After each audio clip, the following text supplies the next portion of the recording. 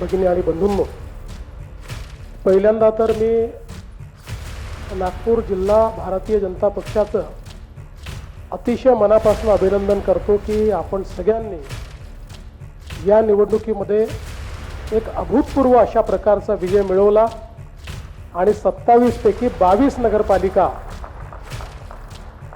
भाजपच्या झेंड्याखाली आपण जिंकलो। आणि एकूणच आपण जर विचार केला तर जसं डॉक्टर साहेबांनी सांगितलं की आपल्या महायुतीच्या 24 नगरपालिका त्या ठिकाणी निवडून आल्या आहेत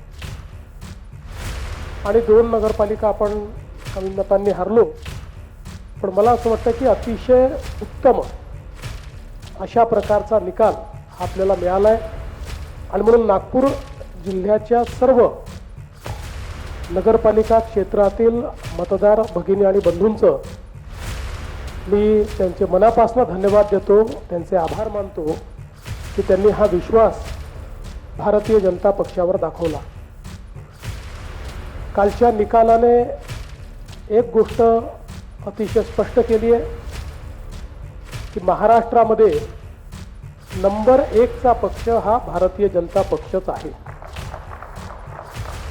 आणि काल एकूणच आपली जी महायुती आहे त्या महायुतीला एकूण जे काही निवडणुका झाल्या त्यापैकी 75% नगराध्यक्ष हे आपल्या महायुतीचे निवडून आलेले आहेत।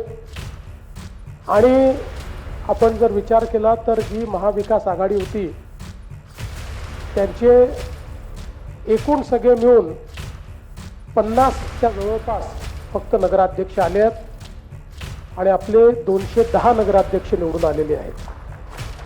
त्यामुळे एक प्रकारे आपण या निवडणुकीमध्ये महाविकास आघाडीचा पूर्णपणे सफाया केलेला आहे हे देखील या ठिकाणी स्पष्ट होत आहे।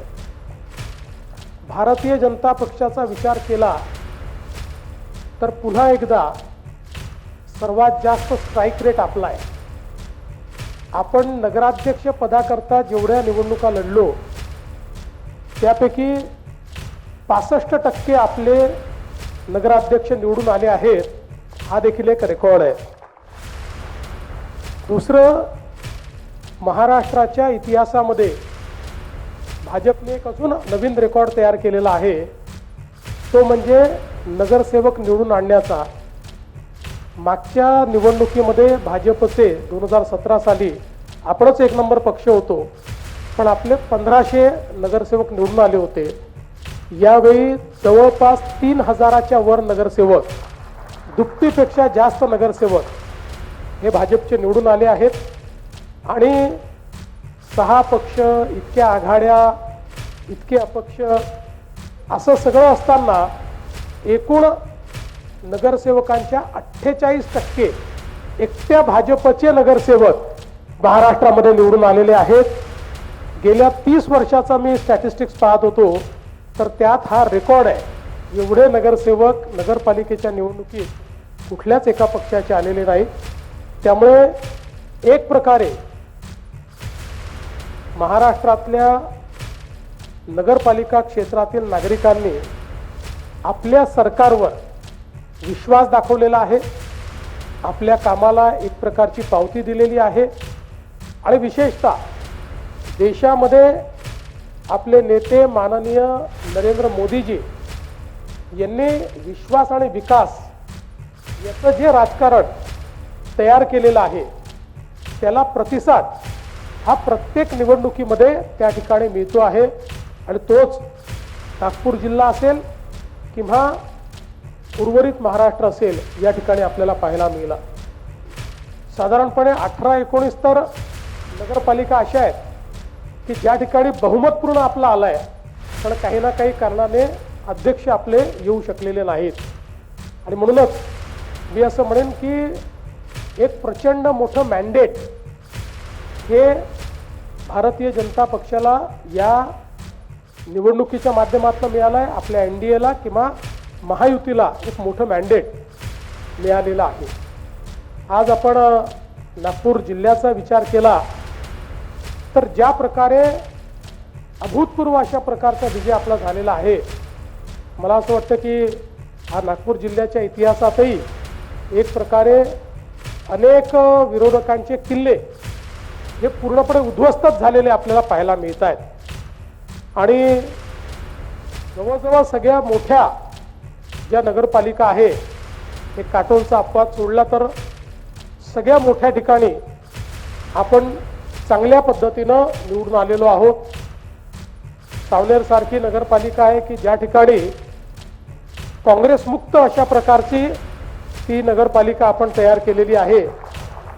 आणि अशाच वेगवेगळ्या ज्या काही लोक ज्याच्यावर अधिकार सांगत होते, असे जेवढे वेगवेगळे विरोधी पक्षाचे नेते आहेत, या सगळ्या नेत्यांच्या त्या बालेकिल्ल्यांना आपल्या या सगळ्या नेत्यांनी एक प्रकारे उद्ध्वस्त करण्याचं काम केलेलं आहे. आणि त्यामध्ये माझ्या समोर बसलेले जे लोक आहेत, आमचे नगरसेवक, नगराध्यक्ष आणि आपले सगळे कार्यकर्ते, यांचा अतिशय मोलाचा वाटा आहे. आणि म्हणून तुमचं सगळ्यांचं मनापासून मी अभिनंदन करतो. खरं म्हणजे कालपासनं मी खूप अभिनंदन स्वीकारलेलं आहे, पण या अभिनंदनाचा खरा वाटेकरी मी नाही किंवा त्याचा खरा मानकरी मी नाही. वाटेकरी नक्की आहे, पण त्याचे खरे मानकरी तुम्ही आहात. तुमच्यामुळे हे सगळं अभिनंदन, या मंचावर बसलेल्या सगळ्या नेत्यांमुळे हे अभिनंदन या ठिकाणी मला स्वीकारायला मिळत आहे. आणि म्हणून तुमच्या सगळ्यांचे मी मनापासून आभार मानतो. कामठी स्थापनेपासनं या ठिकाणी पहिल्यांदा आपण निवडून आलो आणि तो देखील मला असं वाटतं की एक रेकॉर्ड कामठीने केलेला आहे. आणि विशेषतः आपल्या विधानसभेच्या निवडणुकीनंतर बावनकुळे साहेबांनी चंग बांधला होता की आता विधानसभेचा जरा जो काही वचपा आहे, बदला नाही म्हणत मी, पण वचपा हा नगरपालिकेत काढायचा, तर तो निघालेला आपल्याला पाहायला मिळतो कामठीमध्ये. आणि एक ऐतिहासिक विजय हा कामठीने दिलेला आहे. आमच्या वाडीने पण ऐतिहासिक विजय दिलेला आहे. खूप चांगल्या पद्धतीनं त्या ठिकाणी मोठ्या फरकाने आपली सीट जी आहे 10,000च्या वर ही त्या ठिकाणी निवडून आलेली आहे. उमरेडसारखी आपली जी काही नगरपालिका आहे, तिथे प्रचंड मताने आपण रामटेक जिल्हा जो आहे, तो जिल्हा हा काँग्रेसमुक्त झालेला आहे. आणि भिवापूर नगरपालिकाही पहिल्यांदाच आपली भाजपची निवडून आलेली आहे. आता तुम्ही इतके रेकॉर्ड केले आहे की प्रत्येक रेकॉर्ड जर सांगायला लागलो तर माझा गोंदिया कॅन्सल करावा लागेल.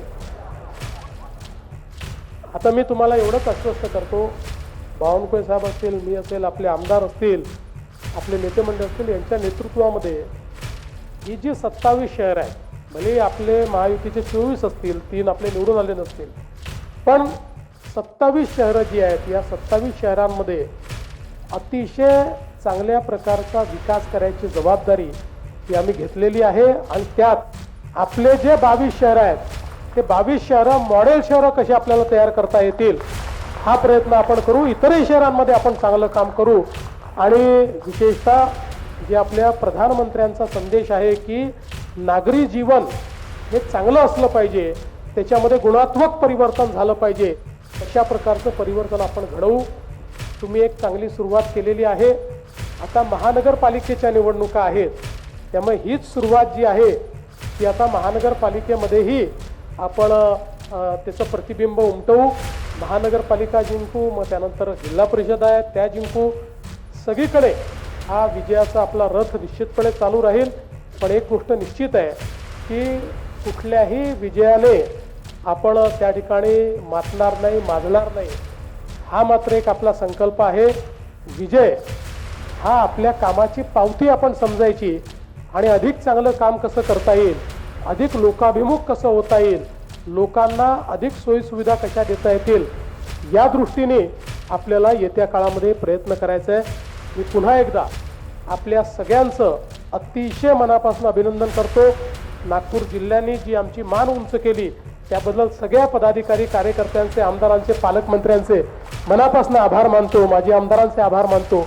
आणि पुन्हा एकदा आपल्याला धन्यवाद देऊन माझं बोलणं संपवतो. खूप खूप धन्यवाद.